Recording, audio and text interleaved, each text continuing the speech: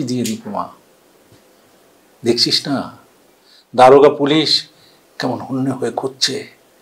হ্যাঁ বাবা, কিছুদিন আগে আমাদের দলের একজনকে ওরা বাড়ি থেকে তুলে নিয়ে গেছে। আরে তোকে তো বলাই হয়নি, আজকে আমাদের স্কুলে দারোগা এসেছিল, সবাইকে আলাদা আলাদা করে জিজ্ঞেস করেছে। আমার কাছেও জানতে চেয়েছে বিপ্লব নামে কাউকে আমি চিনি কিনা। কি বলো বাবা, তুমি কিছু বলনি তো? আরে পাগল, আমি কি বলতে পারি? কিছুই বলিনি, বলেছি আমি কিছু জানি না, চিনি না।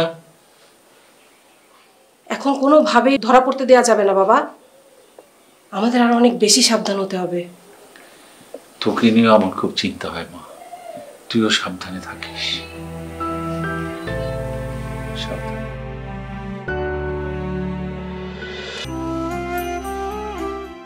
গিনিমা, সেলাম গিনিমা। আপনারা চলে যাচ্ছেন, আর একটু দেরি করতেন, রান্না বসাই দিতেন, একেবারে খেয়ে যেতেন। এসেছি তো অনেকক্ষণ গো বাছা, তোমার জন্যই তো অপেক্ষা করতেছি, কিন্তু তোমার তো দেখি চানই শেষ হয় না। কি করবো গিনিমা, ছেলেরে গোসল দিয়ে তার কাপড় চোপড় ধুয়ে তারপর আমার গোসল করতে হয়, এই করতে করতে দেরি হয়ে যায়। তা বেশ করেছো, যাও ঘরে গিয়ে দেখো তোমার ছেলেকে কি তত্ত্ব দিয়েছি, এমন তত্ত্ব কখনো কেউ দেয়নি।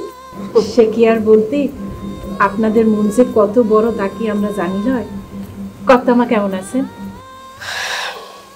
না গো বাছা, সে ভালো নেই, না মরে বেঁচে আছে আর কি। হে আল্লাহ, আল্লাহ কর্তামাকে সালামতে রাখেন।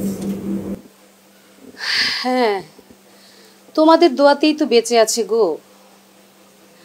আর কষ্টও পাচ্ছে। এখন মরে গেলে উনিই বেঁচে যায়। ওনার শরীর কি খুব খারাপ? হ্যাঁ গো, বিছানা থেকে একেবারেই উঠতে পারে না, শৌচটাও বিছানাতেই করতে হয়। কথা বলা একেবারেই বন্ধ হয়ে গেছে, কোনো কথাই বলতে পারছে না গো। কানবেন লয় গিন্নিমা, কানবেন লয়, দেখবেন আল্লাহ কর্তামাকে ভালো করে দেবেন। না গো বাছা, এই বিষ তো ভালো হবার নয়, এটা একেবারে শেষ করে দিয়ে তারপরে ছাড়ে এমনই বিষ। বিষ? ওই যে আর্সেনিক না কি যেন বলে, ওই জন্যই তো কর্তামার এই অবস্থা। গিন্নিমা, আমি বুঝতে পারলাম লয়। তুমি কি করে বুঝবে? তোমরা হচ্ছে মুখ্য সূক্ষ্ম মেয়ে মানুষ, তোমাদের তো এসব কথা বুঝার নয়। কর্তামারে একদিন দেখতে যাবো।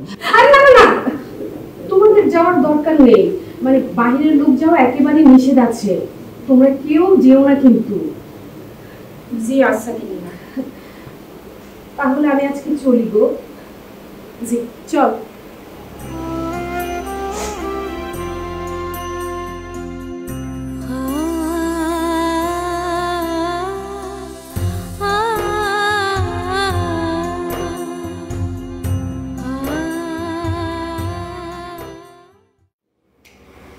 বলি আমার বাবাটা, বলো তো আমি কি? হ্যাঁ মামা, তুমি আমাকে চিনতে পারছো? চিনতে পেরেছে। এখন আমার দিকে একটু দেওয়া দেখিনি, একটু খালা কেউ ছিল। চিনা লাগবে না, আগে আমি আদর করবি তারপর। তুমি তো সে কখন থেকে আদর করে যাচ্ছ, সে যখন তোমার কোলে দিয়ে রান্নাঘরে যাওয়ার পর থেকে তুমি শুধু আদর করে যাচ্ছ। দাও আমার দিকে একটু দাও দেখি। আরে তুমি বলে দাও তো মামা, যে ঝগড়াটের খাওয়ার কাছে তুমি যাবা না, বলে দাও। দাদা, আমি ঝগড়াটে কি শিখাচ্ছ তুমি? হ্যাঁ দাও, আমার কাছে দাও। আরে না, তোমাকে দেওয়া যাবে না, খালার কাছে আসুন দেখিনি বাবা।